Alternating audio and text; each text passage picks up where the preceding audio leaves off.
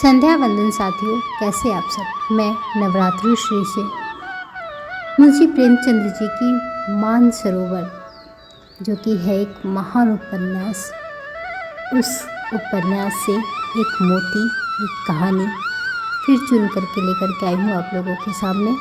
उम्मीद है आप लोगों को बहुत पसंद आएगी, जिसका शीर्षक है माँ।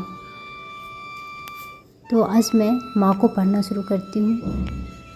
आप इस ऑडियो बुक को ज़रूर सुने। अच्छी लगे या कोई सजेशन हो तो प्लीज़ कमेंट करें और मेरे चैनल को लाइक एंड सब्सक्राइब करना बिल्कुल मत भूलें। तो शुरू करती हूँ मुंशी प्रेमचंद जी की मानसरोवर से कहानी माँ। आज बंदी छूटकर घर आ रहा है। करुणा ने एक दिन पहले ही घर लीप पोत कर रखा है। इन 3 वर्षों में उसने कठिन तपस्या करके जो 10-5 रुपये जमा कर रखे थे, वह सब पति के सत्कार और स्वागत की तैयारियों में खर्च कर दिए। पति के लिए धोतियों का जोड़ा लाई थी, नए कुर्ते बनवाए थे, बच्चे के लिए नए कोट और टोपी का आयोजन किया है। बार बार बच्चे को गले लगाती और प्रसन्न होती। अगर इस बच्चे ने सूर्य की भांति उदय होकर उसके अंधेरे जीवन को प्रदीप्त न कर दिया होता तो कदाचित ठोकरों ने उसके जीवन का अंत कर दिया होता। पति के कारावास दंड के 3 ही महीने बाद इस बालक का जन्म हुआ। उसी का मुंह देख देख कर करुणा ने यह 3 साल काट दिए थे। वह सोचती, जब मैं बालक को उनके सामने ले जाऊंगी तो वह कितने प्रसन्न होंगे। उसे देखकर पहले तो चकित हो जाएंगे, फिर गोद में उठा लेंगे और कहेंगे, करुणा, तुमने यह रत्न देकर मुझे निहाल कर दिया। कैद के सारे कष्ट बालक की तोतली बातों में भूल जाएंगे। उसकी एक सरल, पवित्र, मोहक दृष्टि हृदय की सारी व्यथाओं को धो डालेगी। इस कल्पना का आनंद लेकर वह फूली न समाती। वह सोच रही थी, आदित्य के साथ बहुत से आदमी होंगे। जिस समय वह द्वार पर पहुँचेंगे, जय जय शंकर की ध्वनि से आकाश गूंज उठेगा। वह कितना स्वर्गीय दृश्य होगा। उन आदमियों के बैठने के लिए करुणा ने एक फटा सा टाट बिछा दिया था। कुछ पान बना लिए थे और बार बार आशा में नेत्रों से द्वार की ओर ताकती थी। पति की वह सदृश उदार तेजपूर्ण मुद्रा बार बार आंखों में फिर जाती थी। उनकी वे बातें बार बार याद आती थी जो चलते समय उनके मुख से निकली थी। उनका वह धैर्य, वह आत्मबल जो पुलिस के प्रहारों के सामने भी अटल रहा था। वह मुस्कुराहट जो उस समय भी उनके अधरों पर खेल रही थी। वह आत्माभिमान जो उस समय भी उनके मुख से टपक रहा था। क्या करुणा के हृदय से कभी विस्मृत हो सकता था? उनका स्मरण आते ही करुणा के निस्तेज मुख पर आत्मगौरव की लालिमा छा गई। यही वह आलंबन था जिसने इन 3 वर्षों की घोर यातनाओं में भी उसके हृदय को आश्वासन दिया था। कितनी ही रातें फाकों से गुजरी, बहुधा घर में दीपक जलने की नौबत भी न आती थी, पर दीनता के आंसू कभी उसकी आंखों से न गिरे। आज उन सारी विपत्तियों का अंत हो जाएगा। पति के प्रगाढ़ आलिंगन में वह सब कुछ हंसकर झेल लेगी। वह अनंत निधि पाकर फिर उसे कोई अभिलाषा न रहेगी। गगन पथ का चिरगामी पथिक लपका हुआ विश्राम की ओर चला जाता था। वह संध्या ने सुनहरी फर्श सजाया था और उज्ज्वल पुष्पों की सेज बिछा रखी थी। उसी समय करुणा को एक आदमी लाठी टेकता आता दिखाई दिया, मानो किसी जीर्ण मनुष्य की वेदना ध्वनि हो। पग पग पर रुककर खांसने लगता था। उसका सिर झुका हुआ था। करुणा उसका चेहरा न देख सकती थी, लेकिन चाल ढाल से कोई बूढ़ा आदमी मालूम होता था। पर एक क्षण में जब वह समीप आ गया तो करुणा इसे पहचान गई। वह उसका पति ही था, किंतु शोक, उसकी सूरत कितनी बदल गई थी। वह जवानी, वह तेज, वह चपलता, वह सुगठन सब प्रस्थान कर चुका था। केवल हड्डियों का एक ढांचा रह गया था। न कोई संगी, न साथी, न यार, न दोस्त। करुणा उसे पहचानते ही बाहर निकल आई, पर आलिंगन की कामना हृदय में दबकर ही रह गई। सारे मंसूबे धूल में मिल गए। सारा मनोल्लास आंसुओं के प्रवाह में बह गया, विलीन हो गया। आदित्य ने घर में कदम रखते ही मुस्कुराकर करुणा को देखा, पर उस मुस्कान में वेदना का एक संसार भरा हुआ था। करुणा ऐसी शिथिल हो गई मानो हृदय का स्पंदन रुक गया हो। वह फटी हुई आंखों से स्वामी की ओर टकटकी बांधे खड़ी थी, मानो उसे अपनी आंखों पर अब भी विश्वास न आता हो। स्वागत या दुख का एक शब्द भी उसके मुंह से न निकला। बालक भी उसकी गोद में बैठा हुआ सहमी आंखों से इस कंकाल को देख रहा था और माता की गोद में चिपटा जाता था। आखिर उसने कातर स्वर में कहा, यह तुम्हारी क्या दशा है? बिल्कुल पहचाने नहीं जाते। आदित्य ने उसकी चिंता को शांत करने के लिए मुस्कुराने की चेष्टा करके कहा, कुछ नहीं, जरा दुबला हो गया हूँ। तुम्हारे हाथों का भोजन पाकर फिर स्वस्थ हो जाऊंगा। करुणा, छी, सूख कर कांटा हो गए हो।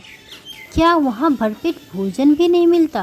तुम कहते थे राजनैतिक आदमियों के साथ बड़ा अच्छा व्यवहार किया जाता है, और यह तुम्हारे साथी क्या हो गए जो तुम्हें आठों पहर घेरे रहते थे, तुम्हारे पसीने की जगह खून बहाने को तैयार रहते थे। आदित्य की त्योरियों पर बल पड़ गए। बोले, यह बड़ा ही कटु अनुभव है करुणा। मुझे न मालूम था कि मेरे कैद होते ही लोग मेरी ओर से यूं आंखें फेर लेंगे, कोई बात भी न पूछेगा। राष्ट्र के नाम पर मिटने वालों का यही पुरस्कार है। यह मुझे न मालूम था। जनता अपने सेवकों को बहुत जल्द भूल जाती है, यह तो मैं जानता था, लेकिन अपने सहयोगी और सहायक इतने बेवफा होते हैं, इसका मुझे यह पहला ही अनुभव हुआ। लेकिन मुझे किसी से शिकायत नहीं। सेवा स्वयं अपना पुरस्कार है। मेरी भूल थी कि मैं इसके लिए यश और नाम चाहता था। करुणा, तो क्या वहाँ भोजन भी न मिलता था? आदित्य, यह न पूछो करुणा, बड़ी करुण कथा है। बस यही गनीमत समझो कि जीता लौट आया। तुम्हारे दर्शन बदे थे। नहीं, कष्ट तो ऐसे ऐसे उठाए कि अब तक मुझे प्रस्थान कर जाना चाहिए था। मैं जरा लेटूंगा, खरा नहीं रह जाता। दिन भर में इतनी दूर आया हूँ। करुणा, चलकर कुछ खा लो, आराम से लेटो। बालक को गोद में उठाकर, बाबूजी है बेटा, तुम्हारे बाबूजी, इनकी गोद में जाओ, तुम्हें प्यार करेंगे। आदित्य ने आंसू भरी आंखों से बालक को देखा और उनका एक एक रोम उनका तिरस्कार करने लगा। अपनी जीर्ण दशा पर उन्हें कभी इतना दुख न हुआ था। ईश्वर की असीम दया से यदि उनकी दशा संभल जाती तो वह फिर कभी राष्ट्रीय आंदोलनों के समीप न जाते। इस फूल से बच्चों को यूं संसार में लाकर दरिद्रता और दीनता की आग में झोंकने का उन्हें क्या अधिकार था? वह अब लक्ष्मी की उपासना करेंगे और अपना क्षुद्र जीवन बच्चे के लालन पालन के लिए अर्पित कर देंगे। उन्हें उस समय ऐसा ज्ञात हुआ कि बालक उन्हें उपेक्षा की दृष्टि से देख रहा है, मानो कह रहा है, मेरे साथ आपने अपना कौन सा कर्तव्य पालन किया? उनकी सारी कामना, सारा प्यार बालक को हृदय से लगा लेने के लिए अधीर हो उठा, पर हाथ फैला न सके। हाथों में शक्ति ही न थी। करुणा बालक को लिए हुए उठी और थाली में कुछ भोजन निकाल कर लाई। आदित्य ने क्षुधापूर्ण नेत्रों से थाली की ओर देखा, मानो आज बहुत दिनों के बाद कोई खाने की चीज़ सामने आई है। जानता था कि कई दिनों के उपवास के बाद और आरोग्य की इस गई गुजरी दशा में उसे जवान को काबू में रखना चाहिए, पर सब्र न कर सका। थाली पर टूट पड़ा और देखते देखते थाली साफ कर दी। करुणा सशंक हो गई। उसने दोबारा किसी चीज़ के लिए न पूछा, थाली उठाकर चली गई, पर उसका दिल कह रहा था, इतना तो यह कभी न खाते थे। करुणा बच्चे को कुछ खिला रही थी कि एकाएक कानों में आवाज़ आई, करुणा। करुणा ने आकर पूछा, क्या तुमने मुझे पुकारा है? आदित्य का चेहरा पीला पड़ गया था और सांस जोर जोर से चल रही थी। हाथों के सहारे वही टाट पर लेट गए थे। करुणा उनकी यह हालत देखकर घबरा गई। बोली, जाकर किसी वैद्य को बुला लाऊं? आदित्य ने हाथ के इशारे से उसे मना करके कहा, व्यर्थ है करुणा, अब तुमसे छिपाना व्यर्थ है। मुझे सील हो गया है, कई बार मरते मरते बच गया हूँ। तुम लोगों के दर्शन बदे थे, इसलिए प्राण न निकलते थे। देखो प्रिय, रो मत। करुणा ने सिसकियों को दबाते हुए कहा, मैं वैद्य जी को लेकर अभी आती हूँ। आदित्य ने फिर सिर हिलाया, नहीं करुणा, केवल मेरे पास बैठी रहो, अब किसी से कोई आशा नहीं।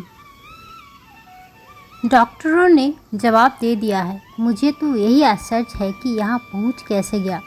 न जाने कौन सी दैवी शक्ति मुझे यहाँ खींच ले आई। कदाचित यह इस बुझते हुए दीपक की अंतिम झलक थी।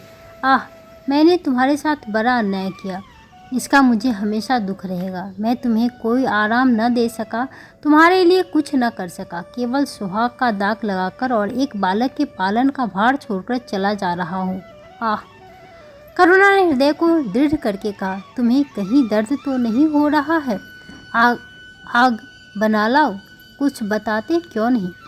आदित्य ने करवट बदलकर कहा, कुछ करने की जरूरत नहीं है प्रिय, कहीं दर्द नहीं, बस ऐसा मालूम हो रहा है कि दिल बैठा जाता है, जैसे पानी में डूब जाता हूँ। जीवन की लीला समाप्त हो रही है, दीपक को बूझते हुए देख रहा हूँ, कहीं न कह सकता कब आवाज़ बंद हो जाए। जो कुछ कहना है वह कह डालना चाहता हूँ, क्यों वह लालसा ले जाऊँ? मेरे एक प्रश्न का जवाब दोगी? पूछूं? करुणा के मन की सारी दुर्बलता, सारा शोक, सारी वेदना मानो लुप्त हो गई और उनकी जगह उस आत्मबल का उदय हुआ जो मृत्यु पर हंसता है और विपत्ति के सांपों से खेलता है। रत्न जड़ित मखमली म्यान में जैसे तेज तलवार छिपी रहती है, जल के कोमल प्रवाह में जैसे असीम शक्ति छिपी रहती है, वैसे ही रमणी का कोमल हृदय साहस और धैर्य को अपनी गोद में छिपाए रहता है। क्रोध जैसे तलवार को बाहर खींच लेता है, विज्ञान जैसे जल शक्ति का उद्घाटन कर लेता है, वैसे ही प्रेम रमणी के साहस और धैर्य को प्रदीप्त कर देता है। करुणा ने पति के सिर पर हाथ रखते हुए कहा, पूछते क्यों नहीं हो प्यारे? आदित्य ने करुणा के हाथों के कोमल स्पर्श का अनुभव करते हुए कहा, तुम्हारे विचारों में मेरा जीवन कैसा था, बधाई के योग्य? देखो, तुमने मुझसे कभी पर्दा नहीं रखा, इस समय भी स्पष्ट ही कहना, तुम्हारे विचार में मुझे अपने जीवन पर हंसना चाहिए या रोना चाहिए? करुणा ने उल्लास के साथ कहा, यह प्रश्न क्यों करते हो प्रियतम? क्या मैंने तुम्हारी कभी उपेक्षा की है? तुम्हारा जीवन देवताओं का सा जीवन था, निस्वार्थ, निर्लिप्त और आदर्श। विघ्न बाधाओं से तंग आकर मैंने तुम्हें कितनी ही बार संसार की ओर खींचने की चेष्टा की है, पर उस समय भी मैं मन में जानती थी कि मैं तुम्हें ऊंचे आसन से गिरा रही हूँ। अगर तुम माया मोह में फंसे होते, कदाचित मेरे मन को अधिक संतोष होता, लेकिन मेरी आत्मा को वह गर्व, वह उल्लास न होता जो इस समय हो रहा है। मैं अगर किसी को बड़े से बड़ा आशीर्वाद दे सकती हूँ तो वह यही होगा कि उसका जीवन तुम्हारे जैसा हो। यह कहते कहते करुणा का आभाहीन मुखमंडल ज्योतिर्मय हो गया, मानो उसका आत्मा दिव्य हो गई हो। आदित्य ने सगर्भ नेत्रों से करुणा को देखकर कहा, बस अब मुझे संतोष हो गया करुणा, इस बच्चे की ओर से मुझे कोई शंका नहीं है। मैं उसे इससे अधिक कुशल हाथों में नहीं छोड़ सकता। मुझे विश्वास है कि जीवन का यह ऊंचा और पवित्र आदर्श सदैव तुम्हारे सामने रहेगा। अब मैं मरने को तैयार हूँ। 7 वर्ष बीत गए। बालक प्रकाश अब 10 साल का रूपवान, बलिष्ठ, प्रसन्न मुख कुमार था। बला का तेज, साहसी और मनस्वी, भय तो उसे छू भी नहीं गया था। करुणा का संतप्त हृदय उसे देखकर शीतल हो जाता।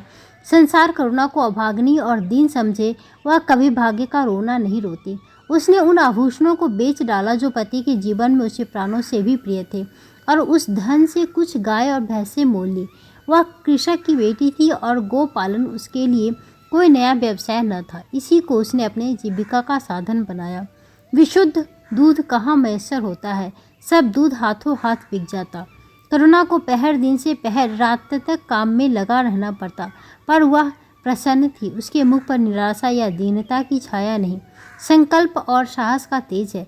उसके एक एक अंग से आत्मगौरव की ज्योति सी निकल रही है। आँखों में एक दिव्य प्रकाश है, गंभीर, अथाह और असीम। सारी वेदनाएं, वैधव्य का शोक और विधि का निर्दय प्रहार, सब उस प्रकाश की गहराई में विलीन हो गया है। प्रकाश पर वह जान देती है। उसका आनंद, उसकी अभिलाषा, उसका संसार, उसका स्वर्ग, सब प्रकाश पर न्यौछावर है। पर यह मजाल नहीं कि प्रकाश कोई शरारत करे और करुणा आंखें बंद कर ले। नहीं, वह उसे चरित्र की बड़ी कठोरता से देखभाल करती है।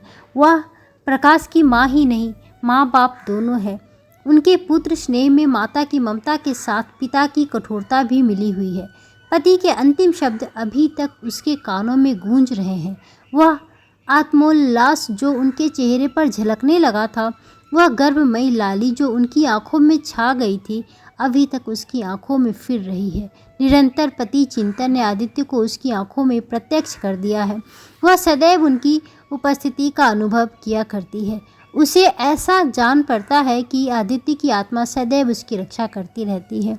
उसकी यह हार्दिक अभिलाषा है कि प्रकाश जवान होकर पिता का पदगामी हो। संध्या हो गई थी। एक भिखारिन द्वार पर आकर भीख मांगने लगी। करुणा उस समय गौओं को सानी दे रही थी। प्रकाश बाहर खेल रहा था। बालक ही तो था। शरारत सूझी, घर में गया और कटोरे में थोड़े सा भूसा लेकर बाहर निकला। भिखारिन ने अपनी झोली फैला दी। प्रकाश ने भूसा उसकी झोली में डाल दिया और जोर जोर से तालियां बजाता हुआ भागा। भिखारी ने अग्निमय नेत्रों से कहा, बाहरे लाडले, मुझे हंसी करने चला है? यही माँ बाप ने सिखाया है, तब तो खूब कूल का नाम जगाओगे। करुणा उसका बोल सुनकर बाहर निकल आई और पूछा, क्या है माता, किसे कह रही हो? भिखारी ने प्रकाश की तरफ इशारा करके कहा, वह तुम्हारा लड़का है ना? देखो, कटोरे में भूसा भरकर मेरी झोली में डाल गया है। चुटकी भर आटा था, वह भी मिट्टी में मिल गया। कोई इस तरह दुखियों को सताता है? सबके दिन एक से नहीं रहते। आदमी को घमंड न करना चाहिए। करुणा ने कठोर स्वर में पुकारा। प्रकाश लज्जित न हुआ। अभिमान से सिर उठाए हुए आया और बोला, यह हमारे घर भीख मांगने क्यों आई है? कुछ काम क्यों नहीं करती? करुणा ने उसे समझाने की चेष्टा करके कहा, शर्म तो नहीं आती? उल्टे और आंखें दिखाते हो। प्रकाश, शर्म क्यों आए? यह क्यों रोज भीख मांगने आती है? हमारे यहाँ क्या कोई चीज़ मुफ्त आती है? करुणा, तुम्हें कुछ न देना था तो सीधे कह देते। जाओ, तुमने यह शरारत क्यों की? प्रकाश, उसकी आदत कैसे छूटती? करुणा ने बिगड़ कर कहा, तुम अब पिटोगे मेरे हाथों। प्रकाश, पिटूंगा क्यों? आप जबरदस्ती पीटेंगी। दूसरे मुल्कों में अगर कोई भीख मांगे तो कैद कर लिया जाए, यह नहीं कि उल्टे भीख मंगों को और शह दिया जाए। करुणा, जो अपंग है वह कैसे काम करे? प्रकाश, तो जाकर डूब मरे, जिंदा क्यों रहती है? करुणा निरुत्तर हो गई। बुढ़िया का तो उसने आटा दाल देकर विदा किया, किंतु प्रकाश का कुतर्क उसके हृदय में फोड़े के समान तीसता रहा। इसने यह धृष्टता, यह अभिनय कहाँ सीखा? रात को भी उसे बार बार यही ख्याल सताता रहा। आधी रात के समीप एकाएक प्रकाश की नींद टूटी तो देखा लालटेन जल रही है और करुणा बैठी रो रही है। उठ बैठा और बोला, अम्मा, अभी तक तुम सोई नहीं? करुणा ने मुंह फेर कर कहा, नींद नहीं आई। तुम कैसे जाग गए? प्यास तो नहीं लगी है? प्रकाश, नहीं अम्मा, न जाने क्यों आँख खुल गई। मुझसे आज बड़ा अपराध हुआ अम्मा। करुणा ने उसके मुख की ओर स्नेह के नेत्रों से देखा। प्रकाश, मैंने आज बुढ़िया के साथ बड़ी नटखटी की, मुझे क्षमा करो, फिर कभी ऐसी शरारत न करूँगा। यह कहकर वह रोने लगा। करुणा ने स्नेहार्द होकर उसे गले लगा लिया और उसके कपोलों का चुंबन करके बोली, बेटा, मुझे खुश करने के लिए यह कह रहे हो या तुम्हारे मन में सचमुच पछतावा हो रहा है? प्रकाश ने सिसकते हुए कहा, नहीं अम्मा, मुझे दिल से अफसोस हो रहा है। अब की वह बुढ़िया आएगी तो मैं उसे बहुत से पैसे दूंगा। करुणा का हृदय मतवाला हो गया। ऐसा जान पड़ा आदित्य सामने खड़े बच्चे को आशीर्वाद दे रहे हैं और कह रहे हैं, करुणा, क्षोभ मत कर, प्रकाश अपने पिता का नाम रोशन करेगा, तेरी संपूर्ण कामनाएं पूरी हो जाएगी। लेकिन प्रकाश के कर्म और वचन में मेल न था और दिनों के साथ उसके चरित्र का वह अंग प्रत्यक्ष होता जाता था। जहीन था ही, विश्वविद्यालय से उसे वजीफे मिलते थे। करुणा भी उसकी यथेष्ट सहायता करती रहती थी, फिर भी उसका खर्च पूरा न पड़ता था। वह मित व्ययिता और सरल जीवन पर विद्वता से भरे हुए व्याख्यान दे सकता था, पर उसका रहन सहन फैशन के अंधभक्तों से जो भर भी घटकर न था। प्रदर्शन की धुन हमेशा सवार रहती थी। उसके मन और बुद्धि में निरंतर द्वंद्व होता रहता था। मन जाति की ओर था, बुद्धि अपनी ओर। बुद्धि मन को दबाए रखती थी, उसके सामने मन की एक न चलती थी। जाति सेवा उसर की खेती है। वहाँ बड़े से बड़ा उपहार जो मिल सकता है वह है गौरव, यश, गौरव और यश, पर वह भी अस्थायी नहीं, इतना अस्थिर कि एक क्षण में जीवन भर की कमाई पर पानी फिर सकता था। अतएव उसका अंतःकरण अनिवार्य वेग के साथ विलासमय जीवन की ओर झुकता था, यहाँ तक कि धीरे धीरे उसे त्याग और निग्रह से घृणा होने लगा। यह दुरवस्था और दरिद्रता को हे समझता था। उसके हृदय न था, भाव न थे, केवल मस्तिष्क था। मस्तिष्क में दर्द कहाँ, दया कहाँ, वहाँ तो तर्क है, हौसला है, मंसूबे है। सिंध में बाढ़ आई, हजारों आदमी तबाह हो गए। विद्यालय ने वहाँ एक सेवा समिति भेजी। प्रकाश के मन में द्वंद्व होने लगा, जाऊं या न जाऊं। इतने दिनों अगर वह परीक्षा की तैयारी करे तो प्रथम श्रेणी में पास हो। चलते समय उसने बीमारी का बहाना कर दिया। करुणा ने लिखा, तुम सिंध न गए, इसका मुझे खेद है। तुम बीमार रहते हुए भी वहां जा सकते थे। समिति में चिकित्सक भी तो थे। प्रकाश ने पत्र का उत्तर न दिया। उड़ीसा में अकाल पड़ा, प्रजा मक्खियों की तरह मरने लगी। कांग्रेस ने प्रेतों के लिए मिशन तैयार किया। उन्हीं दिनों विद्यालय में इतिहास के छात्रों को ऐतिहासिक खोज के लिए लंका भेजने का निश्चय किया। करुणा ने प्रकाश को लिखा, तुम उड़ीसा जाओ, किंतु प्रकाश लंका जाने को ललायित था। वह कई दिन इस दुविधा में रहा। अंत को सिलोन ने उड़ीसा पर विजय पाई। करुणा ने अब कि उसे कुछ न लिखा, चुपचाप रोती रही। सिलोन से लौटकर प्रकाश छुट्टियों पर घर गया। करुणा उसे खींची खींची रही। प्रकाश मन में लज्जित हुआ और संकल्प किया, अब की बार कोई अवसर आया तो अम्मा को अवश्य प्रसन्न करूंगा। यह निश्चय करके वह विद्यालय लौटा, लेकिन यहाँ आते ही फिर परीक्षा की फिक्र सवार हो गई। यहाँ तक कि परीक्षा के दिन आ गए, मगर इम्तिहान से फुर्सत पाकर भी प्रकाश घर न गया। विद्यालय के एक अध्यापक कश्मीर सैर करने जा रहे थे। प्रकाश उन्हीं के साथ कश्मीर चल खड़ा हुआ। जब परीक्षा फल निकले और प्रकाश प्रथम आया, तब उसे घर की याद आई। उसने तुरंत करुणा को पत्र लिखा और अपने आने की सूचना दी। माता को प्रसन्न करने के लिए उसने 2-4 शब्द जाति सेवा के विषय में भी लिखे। अब मैं आपकी आज्ञा का पालन करने को तैयार हूँ। मैंने शिक्षा संबंधी कार्य करने का निश्चय किया है। इसी विचार से मैंने यह विशिष्ट स्थान प्राप्त किया है। हमारे नेता भी तो विद्यालयों के आचार्यों ही का सम्मान करते हैं, अभी तक इन उपाधियों के मुँह से मुक्त नहीं हुए हैं। यह उपाधि लेकर वास्तव में मैंने अपने सेवा मार्ग से एक बाधा हटा दी है। हमारे नेता भी योग्यता, सदुत्साह, लगन का उतना सम्मान नहीं करते जितना उपाधियों का। अब सब मेरी इज्जत करेंगे और जिम्मेदारी का काम सौंपेंगे, जो पहले मांगे भी ना मिलता था। करुणा की आस फिर बंधी। विद्यालय खुलते ही प्रकाश के नाम रजिस्ट्री का पत्र पहुंचा। उन्होंने प्रकाश को इंग्लैंड जाकर विद्याभ्यास करने के लिए सरकार से वजीफे की मंजूरी की सूचना दी। प्रकाश पत्र हाथ में लिए हर्ष के उन्माद में जाकर माँ से बोला, अम्मा, इंग्लैंड जाकर पढ़ने के लिए सरकारी वजीफा मिल गया। करुणा ने उदासीन भाव से पूछा, तो तुम्हारा क्या इरादा है? प्रकाश, मेरा इरादा ऐसा अवसर पाकर भला कौन छोड़ता है? करुणा, तुम तो स्वयं सेवकों में भर्ती होने जा रहे थे। प्रकाश, तो क्या आप समझती हैं स्वयं सेवक बन जाना ही जाति सेवा है? मैं इंग्लैंड से आकर भी तो सेवा कार्य कर सकता हूँ। और अम्मा, सच पूछो तो एक मजिस्ट्रेट अपने देश का जितना उपकार कर सकता है, उतना 1000 स्वयं सेवक मिलकर भी नहीं कर सकते। मैं तो सिविल सर्विस की परीक्षा में बैठूंगा और मुझे विश्वास है कि सफल हो जाऊंगा। करुणा ने चकित होकर पूछा, तो क्या तुम मजिस्ट्रेट हो जाओगे? प्रकाश, सेवा भाव रखने वाला एक मजिस्ट्रेट कांग्रेस के 1000 सभापतियों से ज़्यादा उपकार कर सकता है।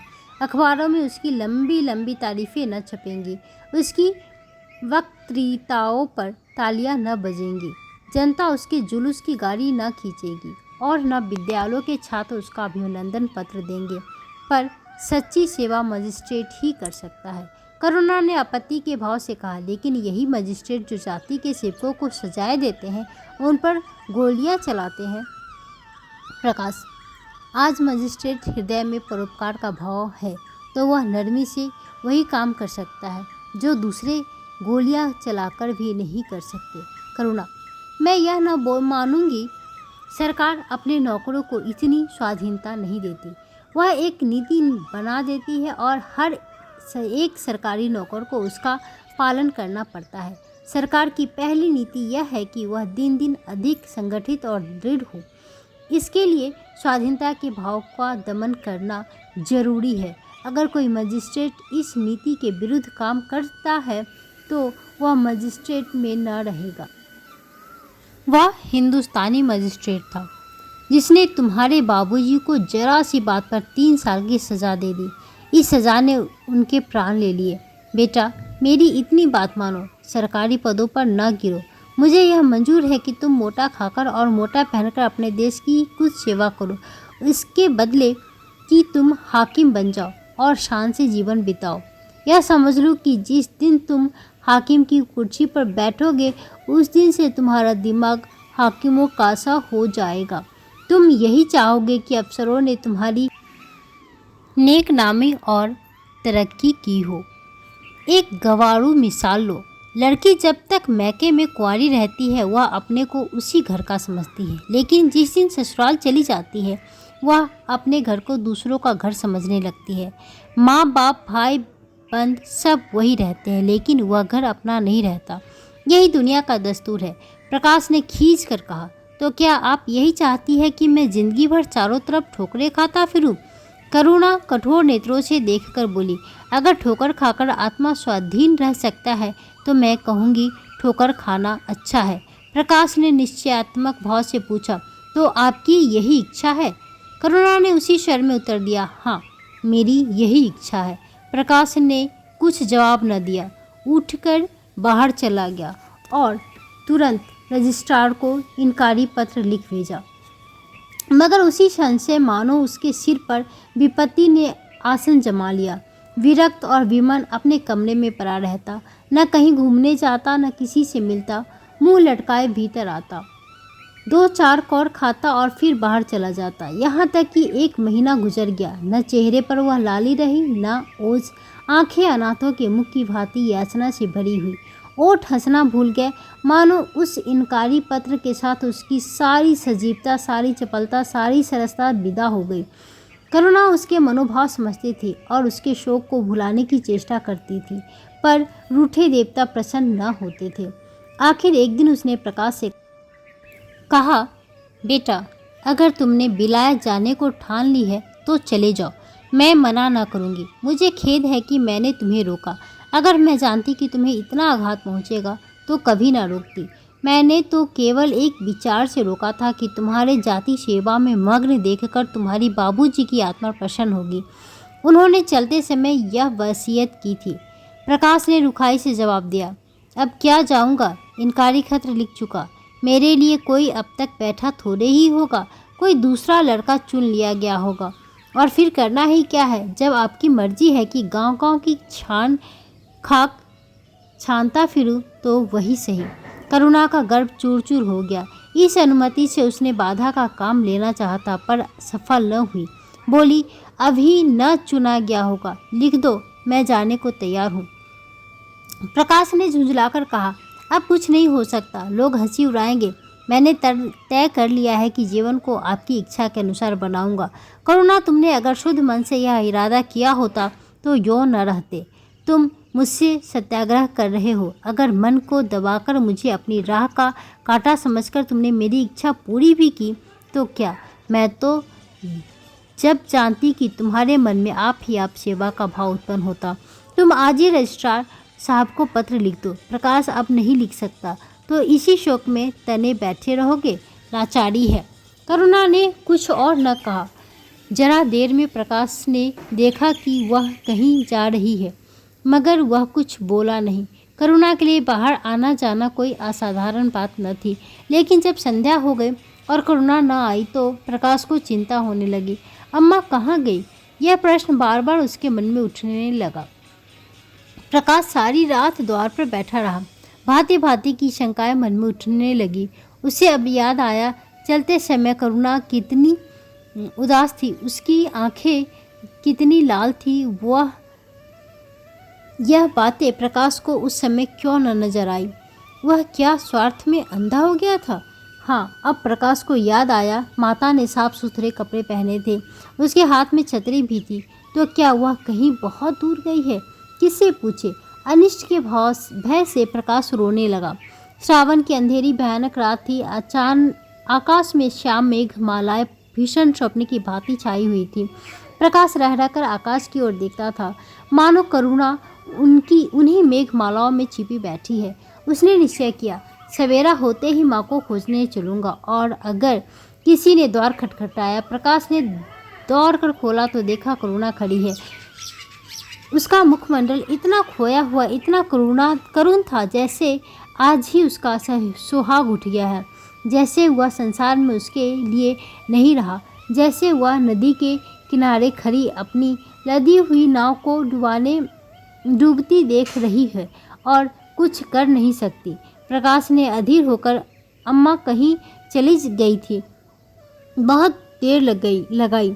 करुणा ने भूमि की ओर ताकते हुए जवाब दिया, एक काम से गई थी, देर हो गई। यह कहते हुए उसने प्रकाश के सामने एक बंद लिफाफा फेंक दिया। प्रकाश ने उत्सुक होकर लिफाफा उठा लिया। ऊपर ही विद्यालय की मुहर थी। तुरंत ही लिफाफा खोलकर पढ़ा। हल्की सी लालिमा चेहरे पर दौड़ गई। पूछा, यह तुम्हें कहाँ मिल गया अम्मा? करुणा, तुम्हारे रजिस्ट्रार के पास से लाई हूँ। क्या तुम वहाँ चली गई थी? और क्या करती? कल तो गाड़ी का समय न था, मोटर ले ली थी। प्रकाश एक क्षण तक मौन खड़ा रहा, फिर कुंठित स्वर में बोला, जब तुम्हारी इच्छा नहीं है तो क्यों भेज रही हो? करुणा ने विरक्त भाव से कहा, इसलिए कि तुम्हारी जाने की इच्छा है। तुम्हारा यह मलिन वेश नहीं देखा जाता। अपने जीवन के 20 वर्ष तुम्हारी हित कामना पर अर्पित कर दिए। अब तुम्हारी महत्वाकांक्षा की हत्या नहीं कर सकती। तुम्हारी यात्रा सफल हो, यही मेरी हार्दिक अभिलाषा है। करुणा का कंठ रुंध गया और कुछ न कह सकी। प्रकाश उसी दिन से यात्रा की तैयारियां करने लगा। करुणा के पास से जो कुछ था वह सब खर्च हो गया, कुछ ऋण भी लेना पड़ा। नए सूट बने, सूटकेस लिए गए। प्रकाश अपनी धुन में मस्त था। कभी किसी चीज़ की फरमाइश लेकर आता, कभी किसी चीज़ की। करुणा इस एक सप्ताह में कितनी दुर्बल हो गई है, उसके बालों पर कितनी सफ़ेदी आ गई है, चेहरे पर कितनी झुर्रियाँ पड़ गई है, वह उसे कुछ न नजर आता। उसकी आंखों में इंग्लैंड के दृश्य समाये हुए थे। महत्वाकांक्षा आंखों पर पर्दा डाले देती है। प्रस्थान का दिन आया। आज कई दिन के बाद धूप निकली थी। करुणा स्वामी के पुराने कपड़ों को बाहर निकाल रही थी। उनकी गाढ़े की चादरें, खद्दर के कुर्ते, पजामे और लिहाफ अभी तक संदूक में सोचते थे। प्रतिवर्ष वे धूप में सुखाए जाते और झाड़ पोंछ कर रख दिए जाते थे। करुणा ने आज फिर उन कपड़ों को निकाला, मगर सुखाकर रखने के लिए नहीं, गरीबों को बांट देने के लिए। वह आज पति से नाराज है। वह लुटिया, डोर और घड़ी जो आदित्य की चीर संगनी थी और जिनकी आज 20 वर्ष से करुणा ने उपासना की थी, आज निकालकर आंगन में फेंक दी गई। वह झोली जो वर्षों आदित्य के कंधों पर आरूढ़ रह चुकी थी, आज कूड़े में डाल दी गई। वह चित्र जिसके सामने आज 20 वर्ष से करुणा सिर झुकाती थी, आज बड़ी निर्दयता से भूमि पर डाल दिया गया। पति का कोई स्मृति चिन्ह वह अब अपने घर में नहीं रखना चाहती। उसका अंतःकरण शोक और निराशा से विदीर्ण हो गया था और पति के सिवा वह किस पर क्रोध उतारे? कौन उसका अपना है? वह किससे अपनी व्यथा कहे, किसे अपनी छाती चीर कर दिखाए? वह होते तो क्या आज प्रकाश दास्ता की जंजीर गले में डालकर फुला न समाता? उसे कौन समझाए कि आदित्य भी इस अवसर पर पछताने के सिवा और कुछ न कर सकते। प्रकाश के मित्रों ने आज उसे विदाई का भोज दिया था। वहाँ से वह संध्या समय कई मित्रों के साथ मोटर पर लौटा। सफ़र का सामान मोटर पर रख दिया गया। तब वह अंदर जाकर माँ से बोला, अम्मा जाता हूँ, बम्बई पहुँचकर पत्र लिखूँगा। तुम्हें मेरी कसम, रोना मत और मेरे खतों का जवाब बराबर देना। जैसे किसी लाश को बाहर निकालते समय संबंधियों का धैर्य टूट जाता है, रुके हुए आंसू निकल पड़े और शोक की तरंगे उठने लगी। वही दशा करुणा की हुई। कलेजे में एक हाहाकार हुआ जिसने उसकी दुर्बल आत्मा के एक एक अणु को कपा दिया। मालूम हुआ पाँव पानी में फिसल गया है और मैं लहरों में बही जा रही हूँ। उसके मुख से शोक या आशीर्वाद का एक शब्द भी न निकला। प्रकाश ने उसके चरण छुए, अश्रु जल से माता के चरणों को पखाड़ा, फिर बाहर चला गया। करुणा पाषाण मूर्ति की भांति खड़ी थी। सहसा ग्वाले ने आकर कहा, बहू जी, भैया चले गए, बहुत रोते थे। तब करुणा की समाधि टूटी। देखा सामने कोई नहीं है। घर में मृत्यु का सा सन्नाटा छाया हुआ है और मानो हृदय की गति बंद हो गई है। सहसा करुणा की दृष्टि ऊपर उठ गई। उसने देखा कि आदित्य अपनी गोद में प्रकाश की निर्जीव देह लिए खड़े रो रहे हैं। करुणा पछाड़ खाकर गिर पड़ी। करुणा जीवित थी, पर संसार से उसका कोई नाता न था। उसका छोटा सा संसार जिसे उसने अपनी कल्पनाओं के हृदय में रचा था, स्वप्न की भांति अनंत में विलीन हो गया था। जिस प्रकाश को सामने देखकर वह जीवन की अंधेरी रात में भी हृदय में आशाओं की संपत्ति लिए जी रही थी, वह बुझ गया और संपत्ति लुट गई। अब न कोई आश्रम था और न उसकी ज़रूरत। जिन गौओं को वह दोनों वक्त अपने हाथों से दाना चारा देती और सहलाती थी, अब खूंटे में बंधी निराश नेत्रों से द्वार की ओर ताकती रहती थी। बछड़ों को गले लगा कर चुमकारने वाला अब वहाँ कोई न था। किसके लिए दूध दूहे, मस्का निकाले, खाने वाला कौन था? करुणा ने अपने छोटे से संसार को अपने ही अंदर समेट लिया था। किंतु एक ही सप्ताह में करुणा के जीवन में फिर रंग बदला। उसका छोटा सा संसार फैलते फैलते विश्वव्यापी हो गया। जिस लंगर ने नौका को तट से एक केंद्र पर बांध रखा था, वह उखड़ गया। अब नौका सागर के अशेष विस्तार में भ्रमण करेगी, चाहे वह उद्दाम तरंगों के वक्ष में ही क्यों न विलीन हो जाए। करुणा द्वार पर जा बैठती और मोहल्ले भर के लड़कों को जमा करके दूध पिलाती। दोपहर तक मक्खन निकालती और वह मक्खन मोहल्ले के लड़के खाते। फिर भांति भांति के पकवान बनाती और कुत्तों को खिलाती। अब यही उसका नित्य का नियम हो गया। चिड़ियाँ, कुत्ते, बिल्लियाँ, चींटियाँ सब अपने हो गए। प्रेम का वह द्वार अब किसी के लिए बंद न था। उस अंगुल भर जगह में जो प्रकाश के लिए भी काफ़ी न थी, अब समस्त संसार समा गया था। एक दिन प्रकाश का पत्र आया। करुणा ने उसे उठाकर फेंक दिया। फिर थोड़ी देर के बाद उसे उठाकर फाड़ डाला और चिड़ियों को दाना चुगाने लगी। मगर जब निशा योगिनी ने अपनी धुनी जलाई और वेदनाएं उसे वरदान मांगने के लिए विकल हो कर चली, तो करुणा की मनोवेदना भी सजग हो उठी। प्रकाश का पत्र पढ़ने के लिए उसका मन व्याकुल हो उठा। उसने सोचा, प्रकाश मेरा कौन है? मेरा उससे क्या प्रयोजन? हाँ, प्रकाश मेरा कौन है? हृदय ने उत्तर दिया, प्रकाश तेरा सर्वस्व है। वह तेरे उस अमर प्रेम की निशानी है जिससे तू सदैव के लिए वंचित हो गई। वह तेरे प्राणों का प्राण है, जीवन दीपक का प्रकाश, तेरे संचित कामनाओं का माधुर्य, तेरे अश्रु जल में विहार करने वाला हास। करुणा उस पत्र के टुकड़ों को जमा करने लगी, मानो उसके प्राण बिखर गए हो। एक एक टुकड़े उसे अपने खोए हुए प्रेम का एक एक पच्चीन मालूम होता था। जब सारे पुर्जे जमा हो गए तो करुणा दीपक के सामने बैठकर उन्हें जोड़ने लगी, जैसे कोई वियोगी हृदय प्रेम के टूटे हुए तारों को जोड़ रहा हो। हाय रे ममता! वह भागनी सारी रात उन पुर्जों को जोड़ने में लगी रही।